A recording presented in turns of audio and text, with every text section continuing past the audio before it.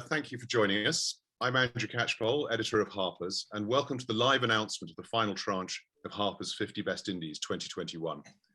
As most of you will know, we've been releasing the results daily throughout this week, 10 at a time, counting up from 50 to 11, which now brings us to our hallowed top 10. In addition to you, the audience, I'm also joined by our top 10 indies. So hello all, great, very good to see you all. Hello. Very good to see you. And where's I going with that? We believe that our, as we announce the results, I was going to say, we'll be asking each of our merchants to reveal a little of the ethos, personality and business acumen that has landed them a top 10 place in our 50 best.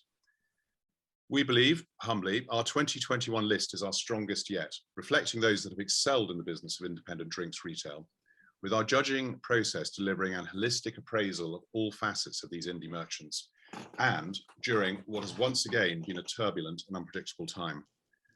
For a second year running, the judging for 50 Best Indies necessarily took place against the backdrop of the pandemic, which continued to drive unprecedented innovation and adaptation across the sector.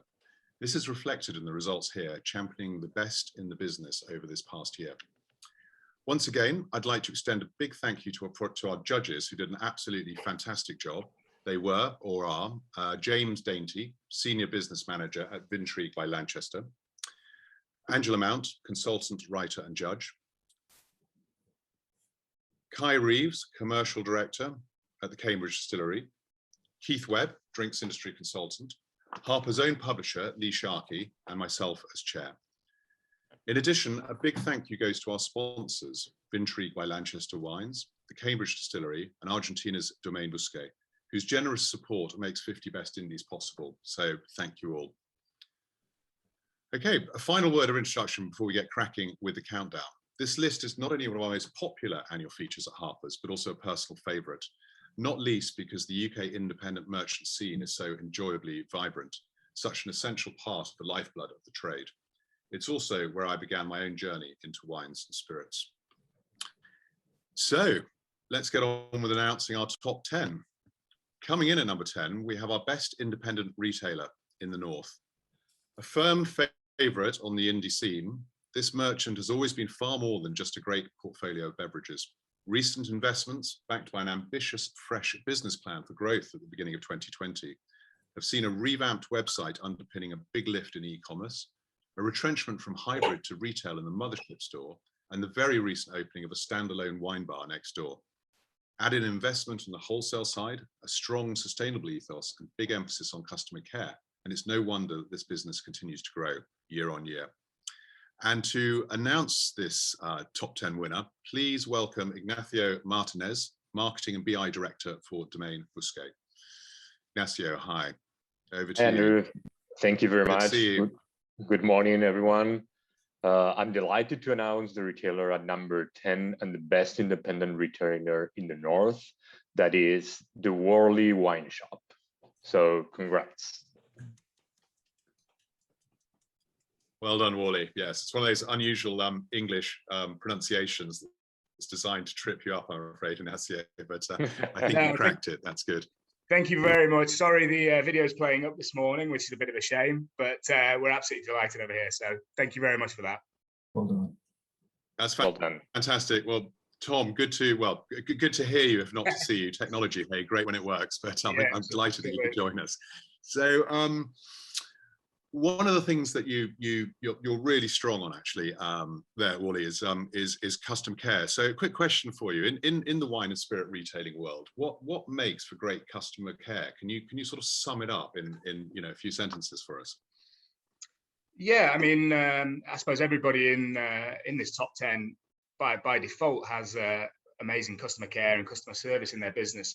I suppose the things that sort of really work for us and that we've refined over time is almost listening to our customers, but actually taking that on board and really sort of understanding what they're after. So for us in the shop, that's more a case of not just selling what we need to sell, so not selling what's on promotion or what's our current favorite or what we need to move, but actually listening to the person who's come into the shop, understanding what their needs are, and tailoring our recommendations and offering towards that.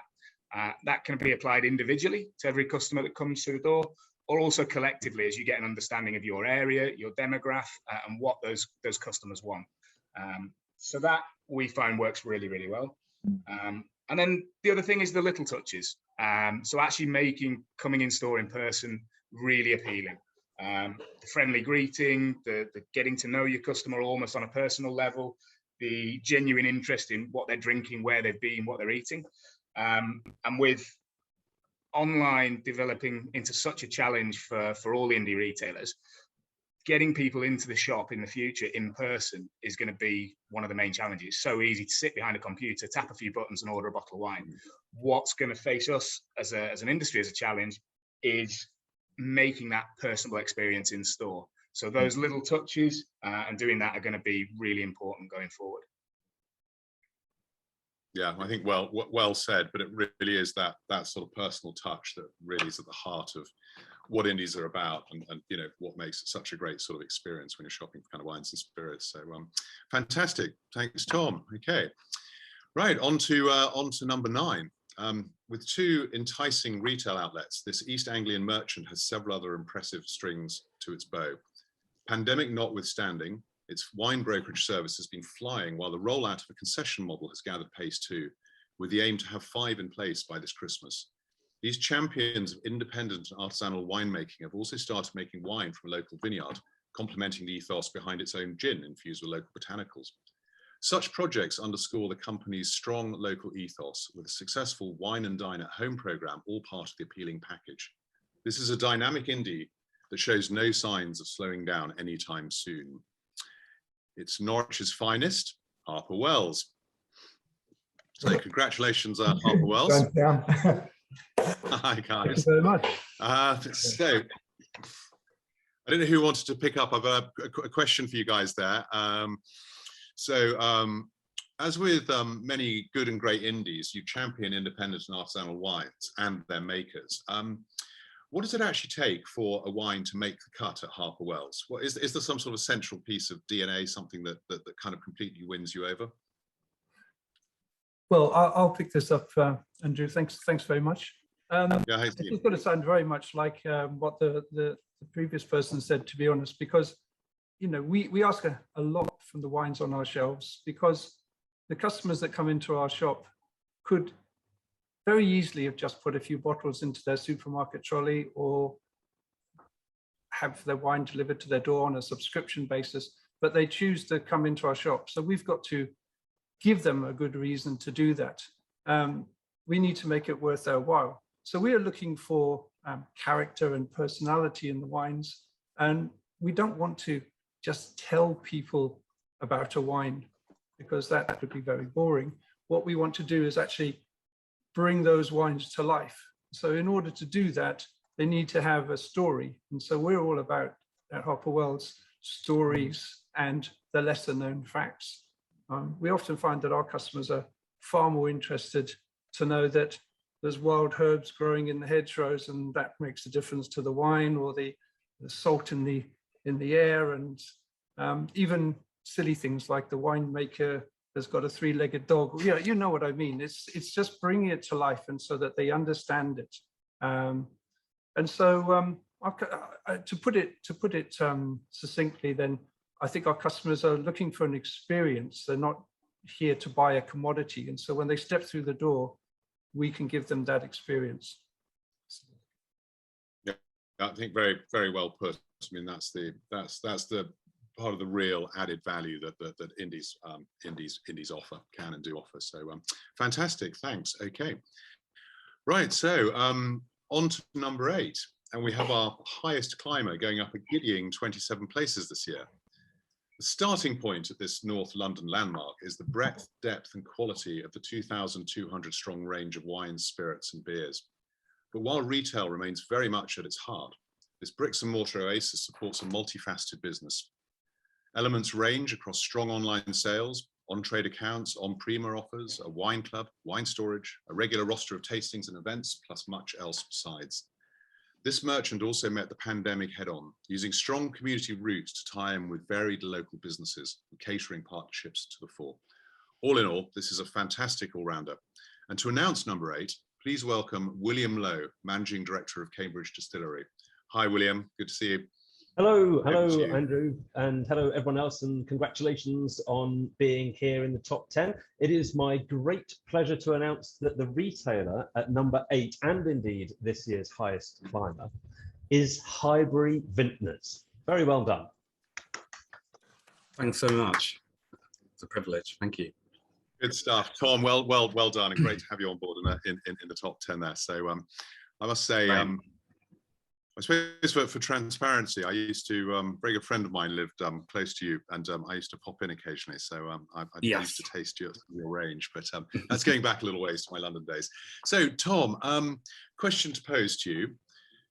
In this online and home delivery day and age, why does bricks and mortar retail remain so important to you as an indie merchant? And it's probably worth reminding the audience and everyone around here as well that that's actually the one criteria for 50 Best, is that you have to have an element of bricks and mortar retail as your business to count as an indie. So Tom, why does that remain so incredibly important in terms of your focus?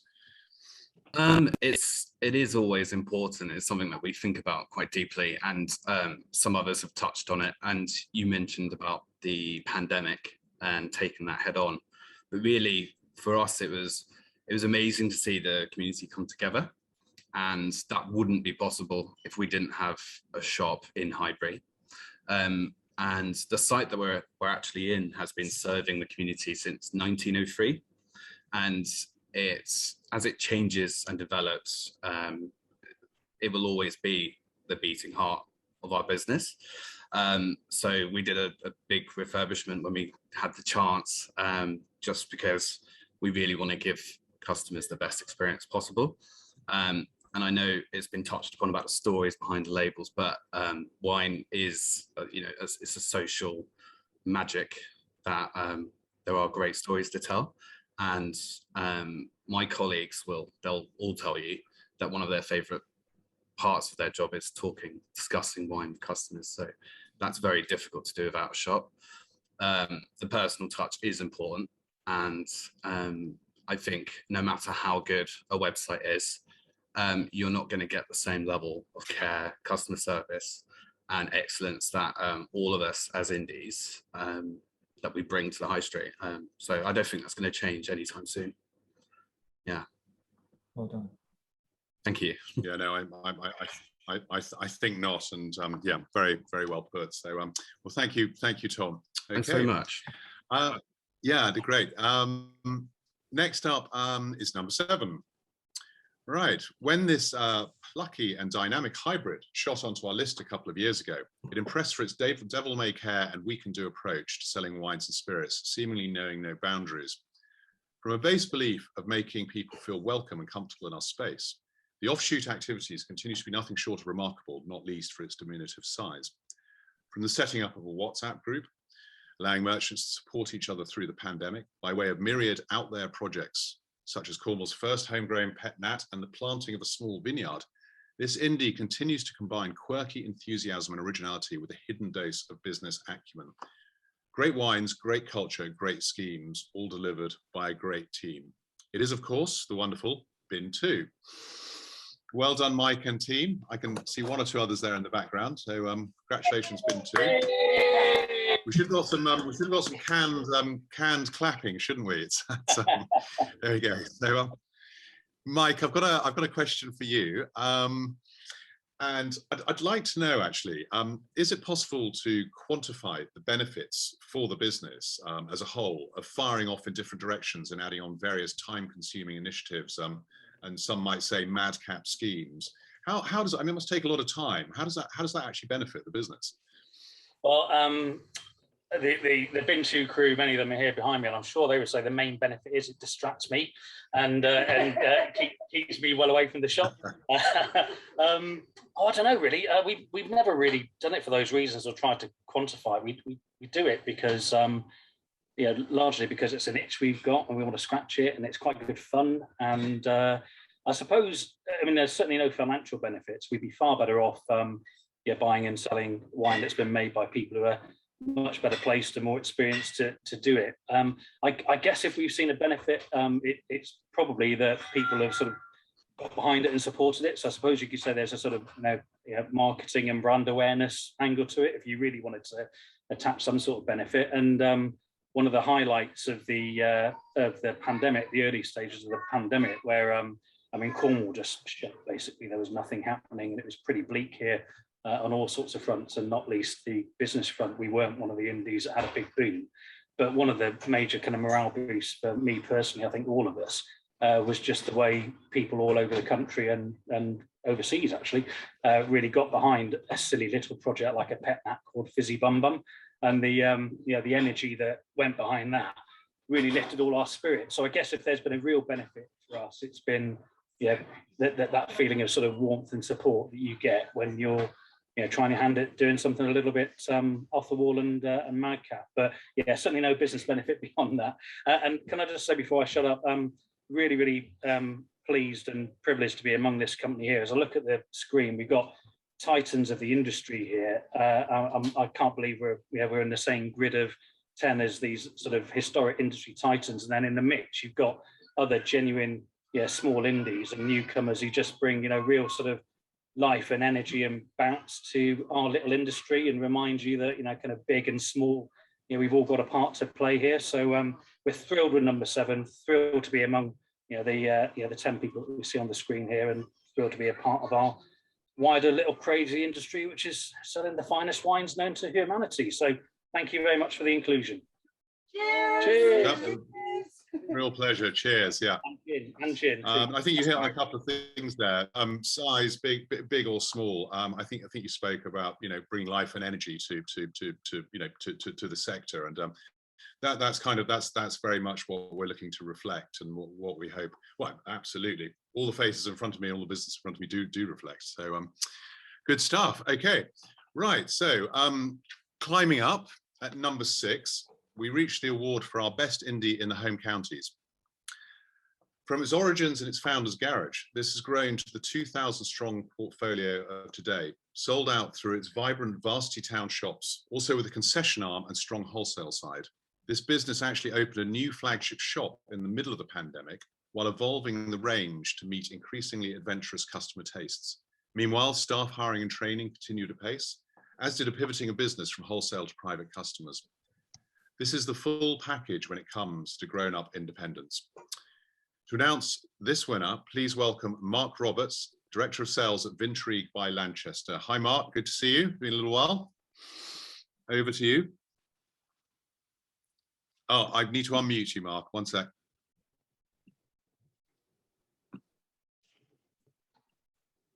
Can you hear me?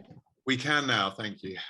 Dramatic pause. Thank you, Andrew. Good to see everybody. Congratulations so far to everybody. It's with great pleasure I'd like to announce that coming at number 6 for the best independent retailer in the home counties is the Oxford Wine Company. Congratulations, guys. Thank you. Hurrah! And we've got both Ted and John with us, which is fantastic. Hi guys. Hi. So a question for you.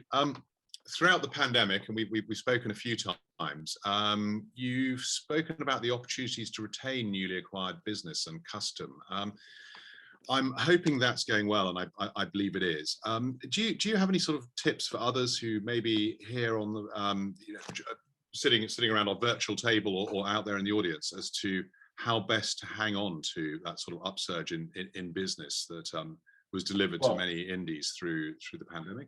Yeah, I'm not sure I'm in a position to advise such a impressive group of wine merchants, but I mean, we certainly, as everybody, we were amazed. I'm sure everybody in the same position, amazed how many people contacted us because they couldn't get wine from the Wine Society or Majestic or the supermarkets. And they found us, they probably just looked us up, found us, and started ordering wine from us.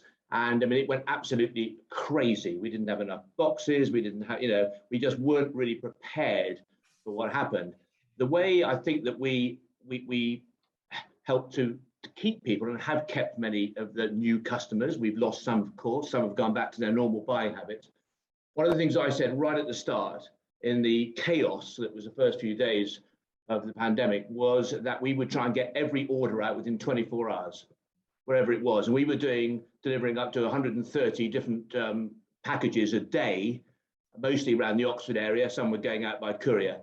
And I literally had everybody, you know, wives, husbands, children, adult children, you know, bringing their cars down. We gave them 10 boxes of wine, gave them the delivery notes, sorted out a route for them, and just sent them on their way. So we managed to get everything out within 24 hours. Some of it wasn't very logical, but I thought we need to set out our stall. And I got so many emails from people saying, I can't believe it. You know, I ordered at 9:10 and I've received it at 11:30. That was probably lucky. But we had so much of that, and I replied personally to all of them as well. I emailed everybody who'd sent an email in thanking us. And I thought that was probably quite a good touch. And we've certainly kept a lot of them. And many who hadn't heard of the Oxford Wine Company have now discovered, as the restrictions lifted, discovered our shops as well. And I think, although obviously, like everybody, the amount we're doing has fallen back a little bit, but it's now probably 7 or 8 times more than it was before the pandemic. And many of our customers hopefully are now seeing us in our shops as well, and beginning to meet the staff and see the range and whatever. But I mean, on the whole, I think you just have to be efficient. You have to be good. And at the end of the day, we have to produce good wine, good quality wine for them. And if they enjoy their wine and they enjoy the service and begin to learn about the personalities behind it all, then hopefully we keep them. No, it's fantastic, and one can only hope that collectively, all of you guys, all of our 50 best, and all of the other great merchants that are out there around the country, the swing to people to way perhaps from supermarkets multiples to guys and girls like yourselves will be embedded. And when we look back in a sort of year's time, there will simply be more people drinking more interesting wine. I mean, let's be hopeful. But and I think that has to be very much the aim, doesn't it? The 10 of us sitting around on the Zoom table here. I mean, persuading people that wine can be interesting and has a story behind it, and it has character, it has taste, it has individuality. We all will have lost some who've gone back, as I say, to their usual sort of supermarket or mail order buying. But I think if we can just convert 1 or 2 people, then we've achieved what we set out to do. Yeah, excellent, great, good stuff. Okay, well, let's now crack into our thanks, Ted. Crack into our top 5, the UK's 50 best indies. And at number 5, we award our best independent retailer in the Southwest. This awesome little wine shop is run by an all-female team of self-professed WSET winos. They set out their stall as trying to change the norms of the wine world 1 bottle at a time, with a portfolio that sidesteps the mainstream. Tastings, festivals and events, and a lively presence on social media are all part of the deal, plus a by-the-glass menu and drink-in section in the shop. From modest beginnings, there's also a growing regional trade supply arm mirroring the strong commitment to local community and all things sustainable. This is a team that considers themselves the narrators of the stories of the wine, also buying blind without price to truly ensure a most stimulating and engaging experience for their customers. It's a great package, passionately run, and a real local hero. From Dorset, it's Vineyards of Sherborne. And hi Hannah and team. Very good to see you. Well done, guys. Well done. So I've got my question for you guys is why do you feel it's important for a business to be rooted in its local community? And what are the benefits, not just for you, but also for the community? And what can you say about that? Why is local so important? Community so important? I think we're all on mute. So let's try and get you to unmute. Because you don't really want to hear from us. the gin's nearly gone, so I thought it was suspiciously quiet down there in Dorset. So enjoy it whilst you can. I hope you heard my. Yeah. You talk. It's a bit emotional here today. Top 5, we're absolutely just in awe. The community. Well, I think what we always think about is the fact that we're there for those moments, and the commiserations, the congratulations. When people come to us, we're bookmarking people's lives with bottles. And we don't take that lightly. You know, we want to make sure that, you know, that community interaction that you get, we're not just selling something that you forget about. We're hearing about the community. We're hearing about the destiny, where our drink's going to go. We're part of charity projects. We're part of, you know, collaborations in town. If the high street doesn't thrive, and if the community doesn't come together and have a buzz, then that's no good for anybody. So it's all about, I mean, Hannah started up Sherborne Indies, is probably a great example. So an offshoot from like a chamber of commerce, we set up Sherborne Indies just for the independent retailers. Nothing against the multiples, but the indies needed to have a voice as well. And that's really important. Sadie doesn't blow her own trumpet enough, but she, during the pandemic, she actually set up with 3 others a charity fundraiser called Stop the Rumble, and raised thousands of pounds overnight, and got food out to children that had no food in their cupboards at home due to Marcus Rashford highlighting it. We didn't do it from vineyards. That's not what it's about. And I'm born and bred in this town. If we don't have a community, we may as well not be open and have a shop. So. And if it's wine, if it's just a little old bottle of wine that can be at the heart, you know, whether we're fundraising, whatever we're doing, you know, yes, there's good stories behind the bottle, but good stories start from the bottle. And if that enables us to do great community things, then, you know, that's the beauty of wine, really. That the bottom of a glass is, you know, a community. And that's how we see it. I know it sounds cheesy, but that's what brings us all together, that common thread.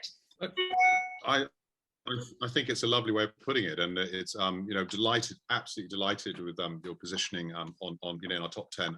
It's kind of, you know, embedded and thinking locally in community, but increasingly being noticed perhaps more widely and nationally for that. So that's can we just say congrats to the top, well done, and the top 10. Congrats to all, you know. And we wouldn't be us if we didn't. And I know you've already mentioned it, Andrew, but we do just have to say, particularly with our now industry, and no offence to anybody on the screen, we're just absolutely delighted to have some boobs and bottles together today on the screen, because it does make a little bit of a difference.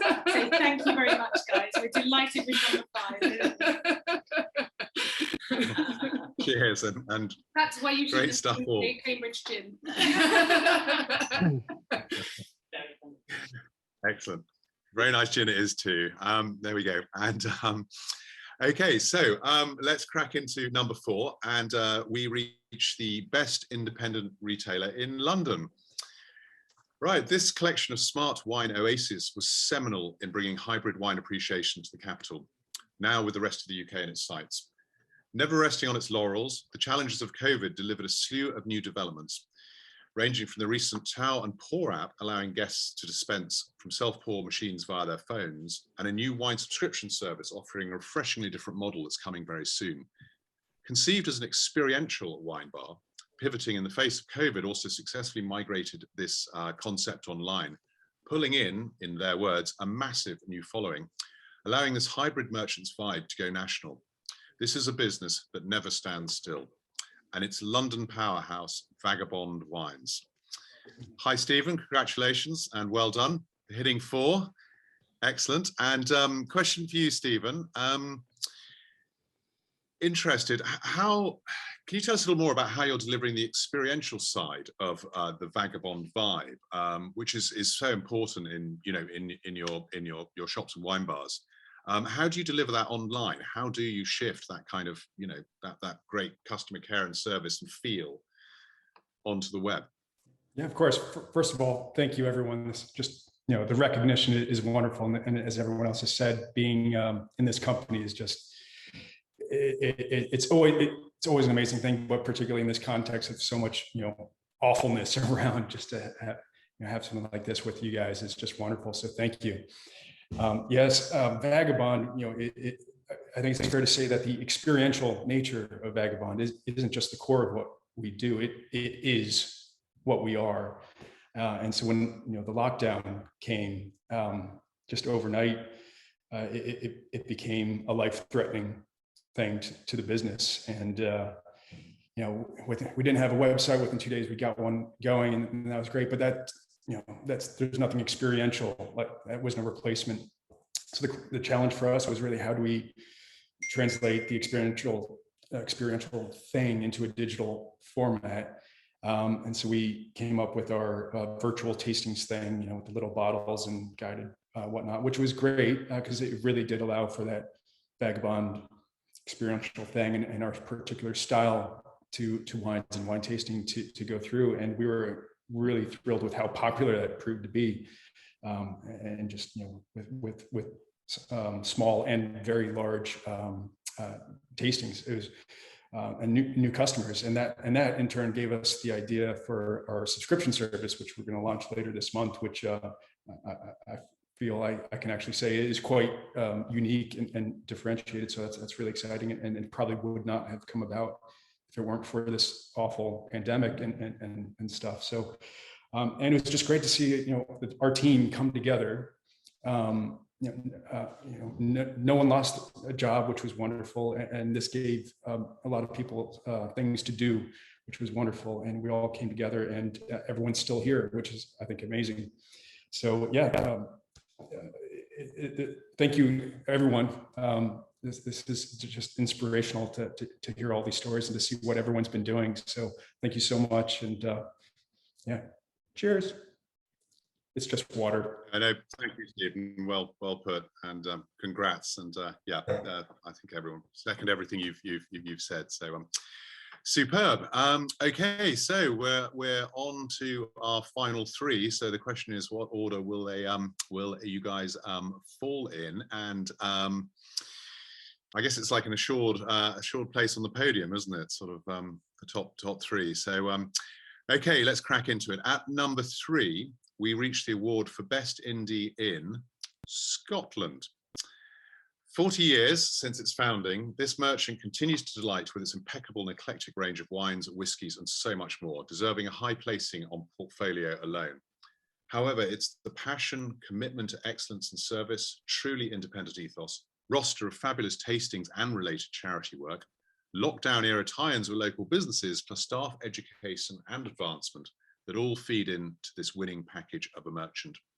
Self-professed nerds, took that from your own website, this crew is nonetheless as professional as they come. It is the fabulous Luvian's Bottle Shop. Well done, Archie and team. Thank you very much. So, absolute pleasure. So, Big Arch, question for you. What's the pandemic taught you with regard to what's most important in running a successful indie business? So there are one or two sort of key takeaways through this awful period that really honed you in on certain aspects. Yeah. Yeah, I mean, it's going to echo a lot of what's kind of come before us. I think when you kind of get a collection of talent and skill and passion like the group that are in this top 10, I think it's no surprise that a lot of the lessons that people are taking are quite similar. And I think for me, when I think about what we learned from the pandemic, it was the importance of people more than anything else. So it was the importance of personal connections. And that was kind of right the way through the entire business. That was from the personal connections that we had with suppliers, that meant that we could keep innovating and bringing in interesting wines right the way through